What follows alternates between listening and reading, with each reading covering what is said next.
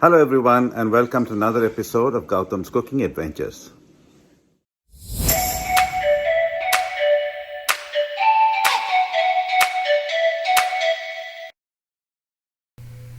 Today, in this episode, we will take you through the steps to make a Dhaba chicken curry.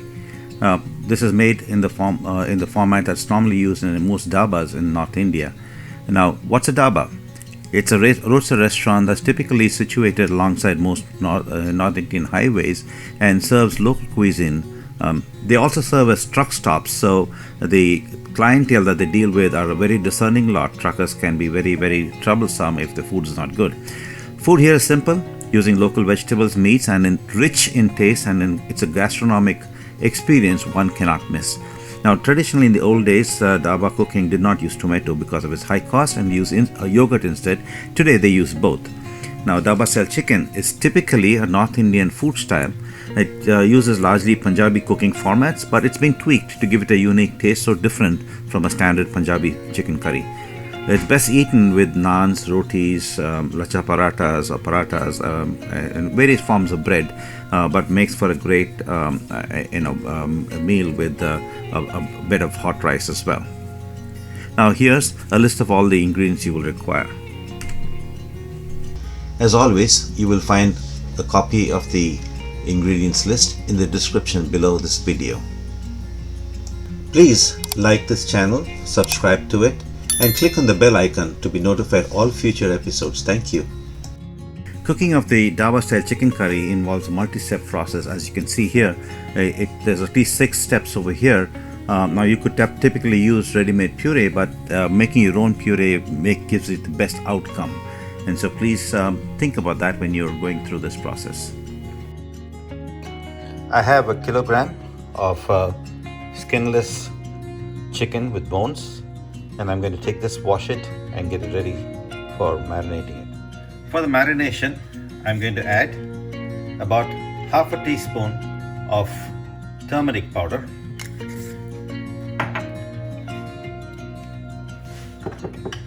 half a teaspoon of chili powder,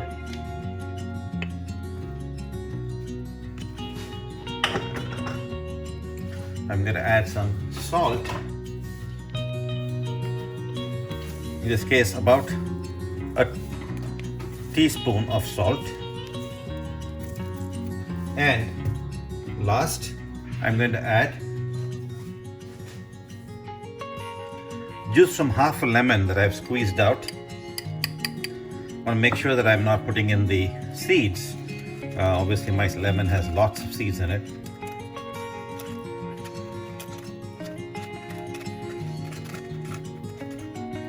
And that's all.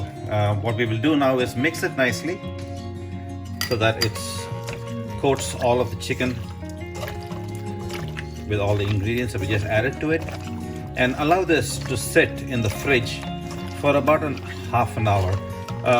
Anywhere from half an hour to an hour would be great. The more it sits, the better, because it takes in all of the ingredients, the flavors from the ingredients, and that makes it even better.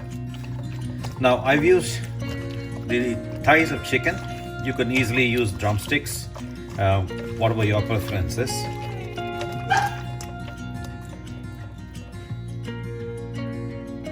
I'm now just going to cover this and put it in the fridge for half an hour. Yours covered nicely with a wrap, and we're going to the fridge for half an hour. For making tomato puree, I took 6 tomatoes, medium-sized tomatoes, and boiled them in water for about 15 minutes, basically till the skin started to wrinkle and it became easy for us to pull the skin off. So now we've just got the pulp of the tomato, and I'm going to put this into a blender and blend it to make the tomato puree. There you have it. I put it into a nice blender, blended it, adding no water whatsoever. It's the liquid that came from the tomato pulp, and it's made a nice thick tomato puree, as you can see. We'll use this in our cooking subsequently.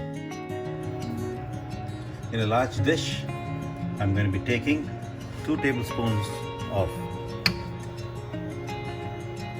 oil,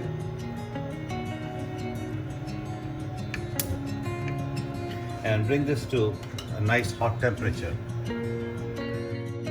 The oil is nice and hot, and to this I'm going to start by adding the usual dry spices. There's black cardamom, there's cloves, there's an inch of cinnamon, there's some green cardamom, and just a little bit of pepper, black pepper. I'm also going to add to this some bay leaf. Let this fry for just a few seconds.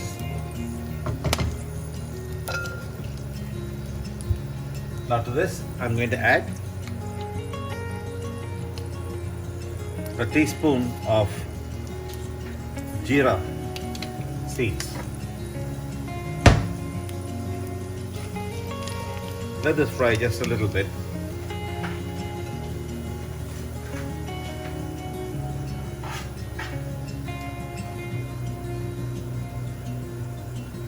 I have some finely chopped ginger, and I'm going to put about a teaspoon and a half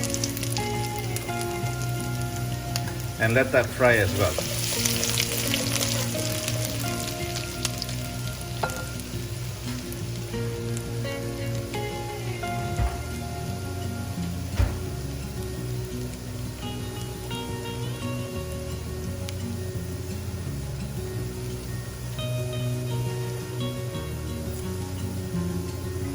After about 30 seconds, I'm going to add in the previously sliced onions. This is 3 medium-sized onions that I have sliced into fine slices, and I'm just going to cook this till they get discolored.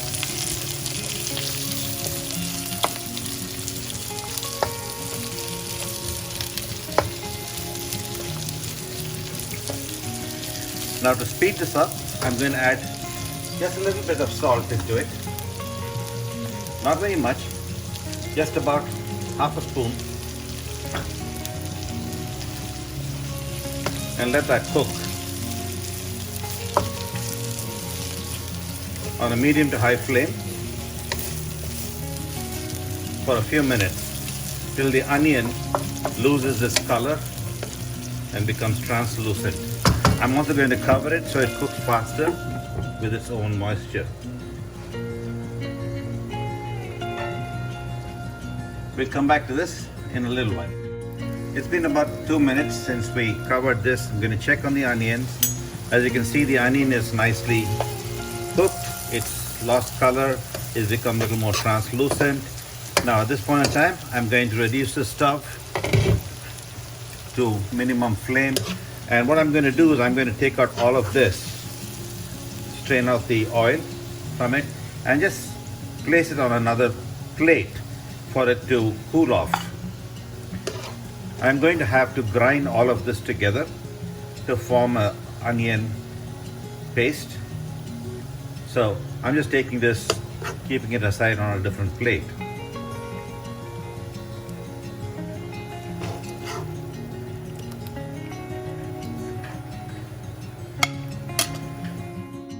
Now in the remaining oil, I'm going to keep the stove back again between medium and high flame.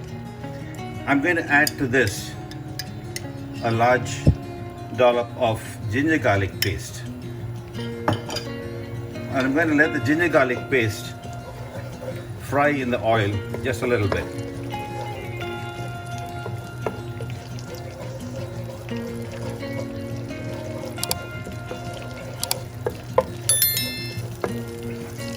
Basically what I'm trying to do is remove the raw ginger garlic taste and smell, so it will cook till it becomes slightly brown.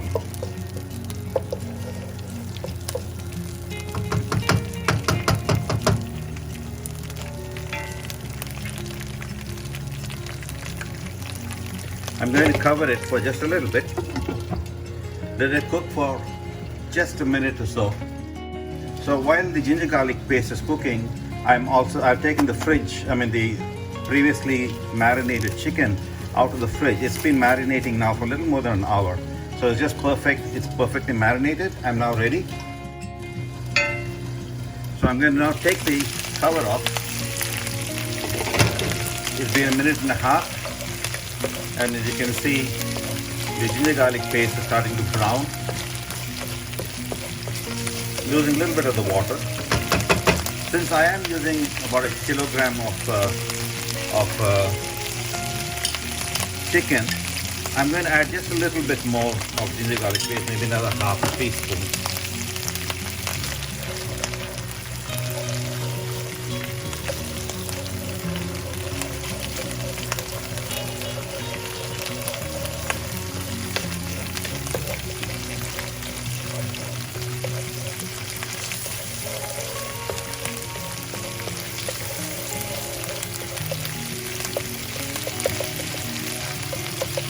You should get the aroma of ginger garlic at this point of time. Nice strong aroma. You should not be getting the aroma with the raw ginger garlic smell, rather the fragrant ginger garlic smell, which is just perfect. Now this time, I'm just going to add to this the chicken that I previously marinated and give it a nice turn around.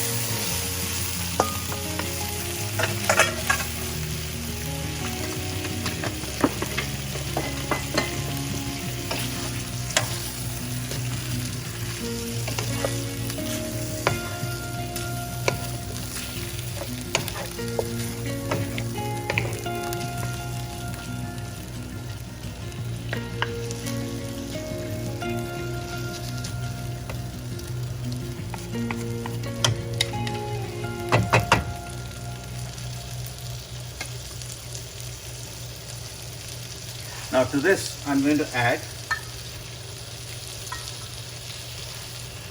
another 2 tablespoons of oil. Really what I want to do is I want to cook the chicken in the oil.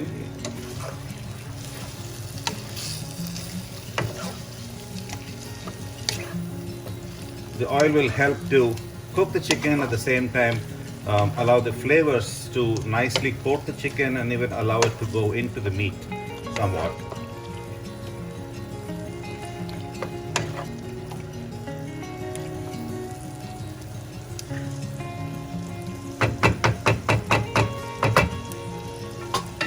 I'm going to add a teaspoon of salt at this time.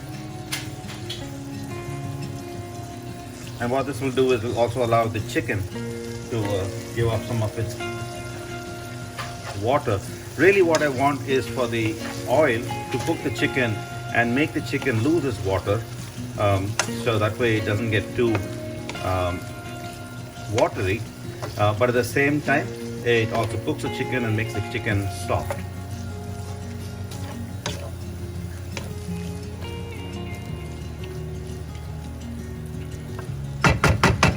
Cook this like this for about 7 to 10 minutes. We'll come back and see this again. Before I forget, I have the stove currently at medium to hot, closer to medium. So I'm just really allowing it to cook slowly in the hot oil.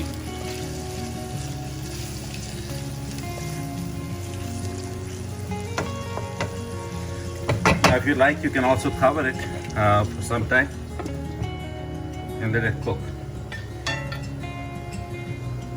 We'll come back and visit this in about 7 minutes.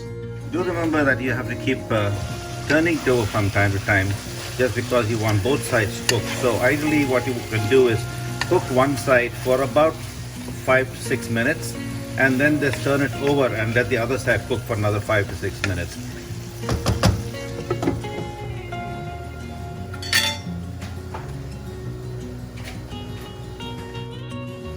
So we've been cooking this for a while. It's been about 5-6 minutes since we turned it over. As you can see, it's cooked. It's nice white. It's partially cooked. It's about 70% cooked. And this is kind of what we want to get at. We want this to cook to a point where, it can later on be cooked in its gravy when we are doing the masalas as well. But I am going to just turn it over once more, just so that it's evenly cooked on all sides. Now you can know when it's cooked to a point when it's ready is when you start seeing the meat starting to curl like this. Typically it starts to separate from the bone in a fashion, so you can see That's starting to happen over here. All of these you can see is starting to curl away, and that's kind of letting me know that this chicken is pretty much ready at this point in time. So I'm just going to give this a couple of minutes without the cover. Let it lose a little bit of the liquid and cook in the meanwhile just a little bit more, and then get back to this. So it's been a couple of minutes. I'm going to now take the chicken off of this. I've turned the stove down to medium flame. I'm now going to just take this chicken and take it out, drain it out, and take it aside in a different container.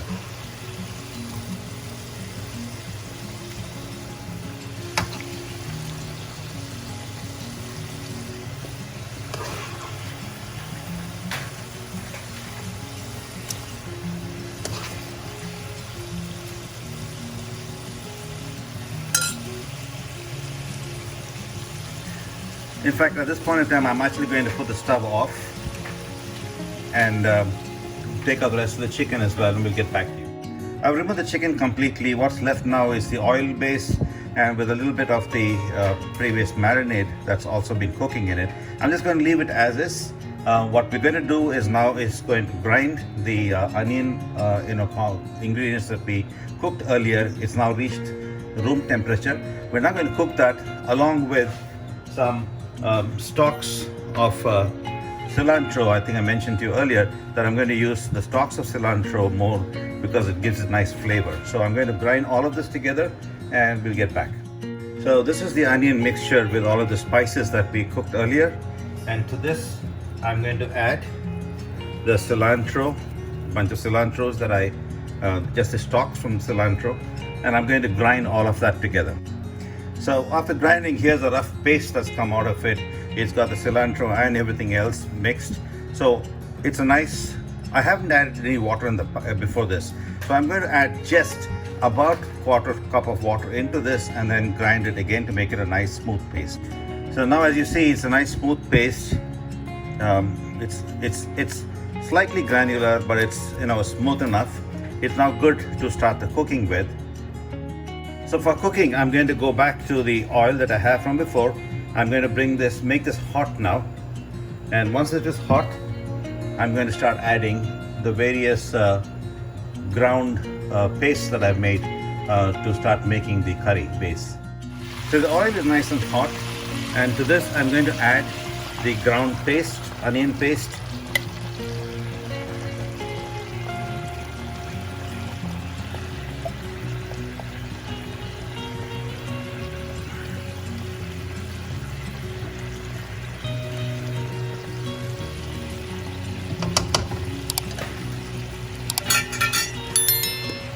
Give it a nice mix and let it cook in the hot oil for a couple of minutes.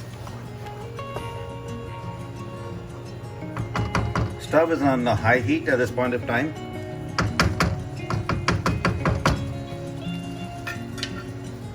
Let's cook this till it nicely cooks and oil starts to separate a little bit to the side. So it started to bubble, so I'm going to reduce the temperature now to a medium flame, or between medium and high, but closer to a medium, and let this cook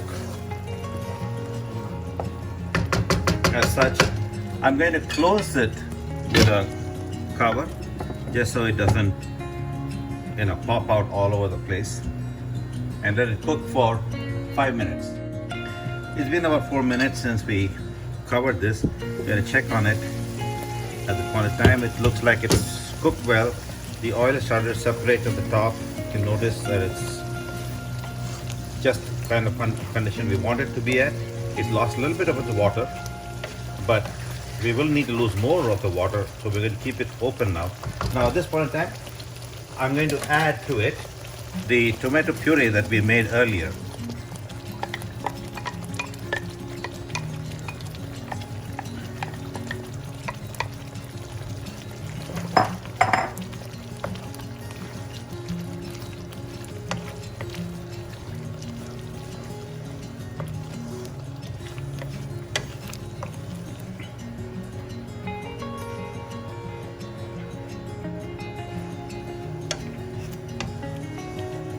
We're going to cook this also for about 5 minutes for the tomato puree also to cook. The tomato cooks. Now remember, we cooked the tomato before we made it into puree, but we still want the waters to reduce and we want the tomato to give out its flavors into the rest of the mix as well. And through the heating process, that's what we're doing, is we're basically mixing all of the different flavors together, blending it all together.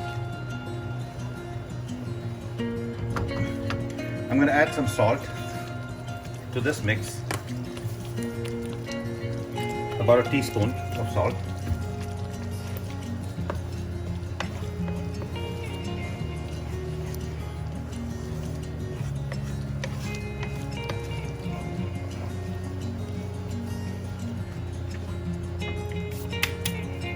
Also to this, I'm going to add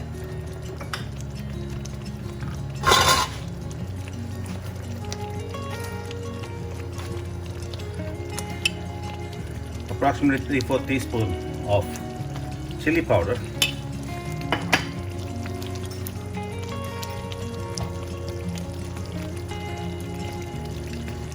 two teaspoons of coriander powder,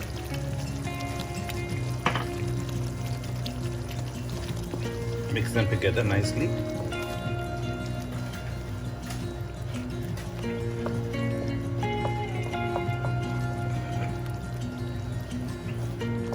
And since I like this to have a nice red color, I'm going to add just a little bit of the Kashmiri chili powder as well. Remember, the Kashmiri chili powder doesn't really provide much of this spice. All it does is really gives it a color, and that's a great, wonderful natural coloring agent. So I'm just going to add half a teaspoon of the Kashmiri chili powder and mix it into the masala base. So basically what we're doing is making the curry base at this point of time, getting it ready to a point where we can then cook the chicken in it.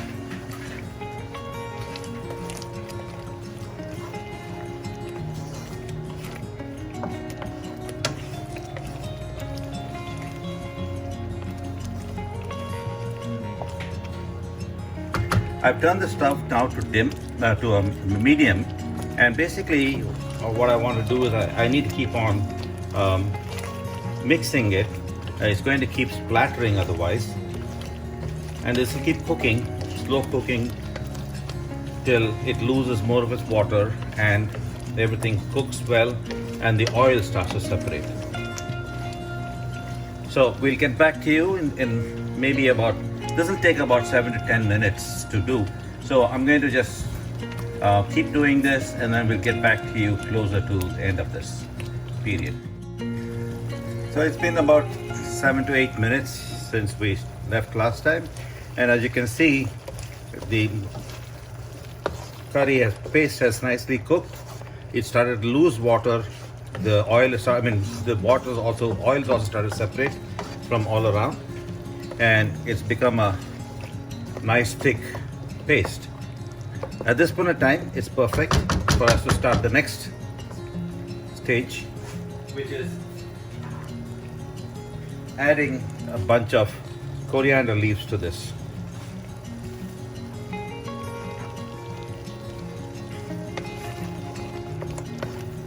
Mix it in nicely and let this cook with the coriander leaves for just another minute or so. The coriander leaf, obviously, in a fresh form, provides it a nice flavoring as well. The taste that it gives is much better than you can get from the coriander powder or any other format.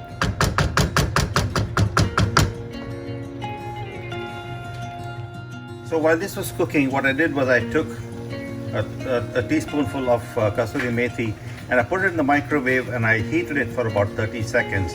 And what this does is, while I'm crushing this, it actually allows for the flavor of the kasuri methi to come out really well. So typically what they would do is they would dry roast the kasuri methi before they add it. So this is what I've done, is literally I've taken the shortcut here. So I'm now going to add a large pinch of kasuri methi into this mix as well. Mix that well.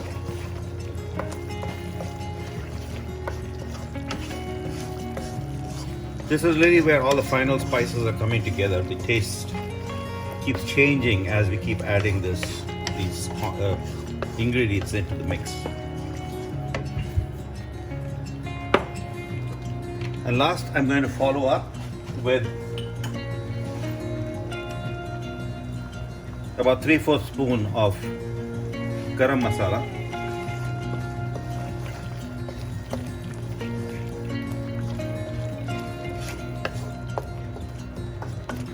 This is just literally like the last ingredient I'm going to add here. Now, as it's cooking, I'm now going to add the chicken back into this. Remember, we had cooked the chicken earlier. We're going to just add this back. Now, the chicken was only partially cooked at the time that we took it off.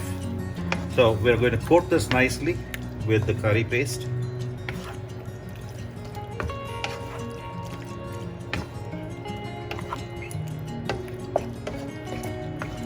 Now, good time to also check for salt and add any if you like.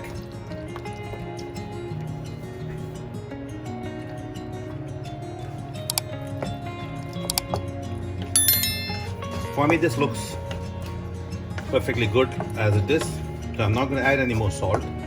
Remember, we can always add salt later, even as we're finishing the cooking.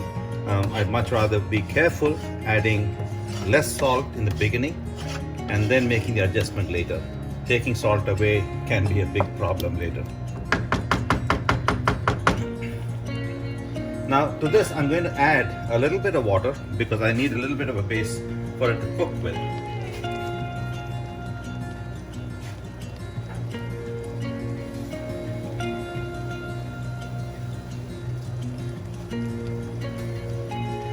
I'm adding in small quantities, just a little bit.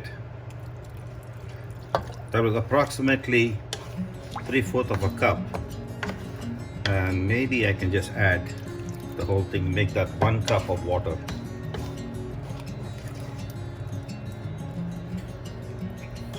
What I need the water for now is to cook the chicken the rest of the way. Remember, we took it out earlier, it was partially cooked about 70-75%. We want it to cook now till the chicken is nice and soft. And it's taken in all of the masalas from the masala base we just made. So we're going to do that. We're going to keep this covered and we're going to cook it on a medium flame for about 15 to 20 minutes. We'll get back to you as soon as we're done with that time. While we're waiting the chicken to cook, there's one last ingredient that we put finally towards the end, which is yogurt. And I've taken some nice thick yogurt, and what I'm doing is I'm giving it a nice quick mix, ensuring that it is completely, made like this. There's no clumps. This way, when we add it into the curry, it will really mix perfectly well without any kind of clumping or any kind of pieces of yogurt floating around. Now it's been cooking for about 12.5 minutes now, close to 13 minutes. When I check on the curry, just don't want the chicken to overcook, so I just want to make sure that if we're not doing it for too long. The chicken is cooking, it's still a little bit tough, so it's not fully ready yet. We'd like it to be slightly more softer, which is perfect because it'll probably take another about 3 to 5 minutes of cooking, and at this time would be the perfect time for us to add in the yogurt. Now remember, I told you that we took the yogurt earlier and we blended it together so that it makes a nice fine paste, no clumps. I'm just going to add this into this now.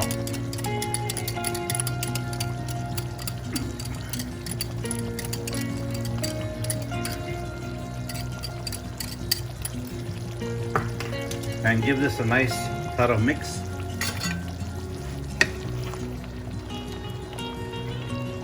Let that yogurt blend into the curry. The yogurt will give out some water, so this curry will become slightly more liquidy than it was. But that's okay because we are looking for a curry that is consistent, slightly on the thicker side, not entirely thick. It goes because this is a chicken curry is a Dhaba Style Chicken curry, which typically people eat with rotis or parathas. You can of course eat it with rice and other kind of breads and stuff too, but goes perfectly with the roti and paratha, and this is a perfect consistency as well. So we're going to cook this for just another couple more minutes. I'm going to add just a little bit of water into this so that I can take the rest of the yogurt out as well.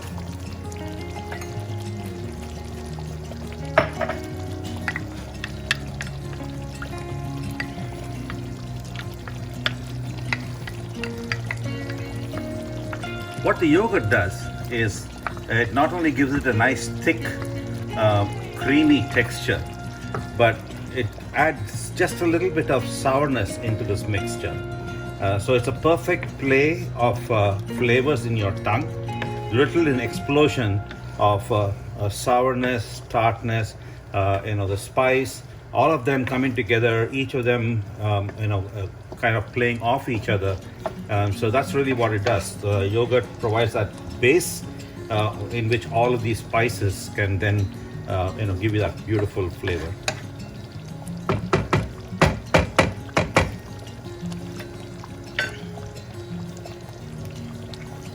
I'm going to cover this and cook for another 5 minutes,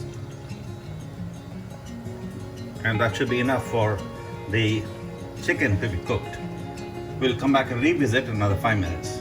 But don't forget that we've been cooking all of this on a medium flame, so we're not in any rush to finish this. Meats cook really well on a medium flame. The curries imbibe the taste of the meat better this way. So always a slow cooked meat is always a better meat. So it's been 5 minutes. We're going to check on the chicken. Make sure everything is cooked fine. Give it a nice twirl. Oil separating, coming to the top is always a good sign. Basically means everything is cooked well. We're going to check on the chicken. The best parts to check is, in the bone parts. Can't hold it very well with this, so I'm going to use this instead to check. Now, here's my chicken piece, and the best way to check is to see if the meat comes off. And see, it comes off easily, it's soft, and that's kind of how we want the chicken. So it's perfect. The chicken is well cooked. You can choose to stop at this point. If you want it to cook even softer, then just cook it for another few more minutes on a closed with a closed lid, and you'll get it right. I'm going to stop for now because at this point in time my chicken is ready, so I'm going to get this ready to dish it, and then we'll get back to seeing it. So as you can see, we've dished the Dhaba Style Chicken, and we now garnish it also with a little bit of cilantro, and it's now ready to be served and eaten. We hope you've enjoyed watching this video. Look forward to any suggestions or comments from you, and please do keep supporting us. Thank you for watching. Please don't forget to subscribe to our channel, click the like button, and do press the bell icon so that you can be notified of all our future episodes. Thank you so much for watching. Goodbye.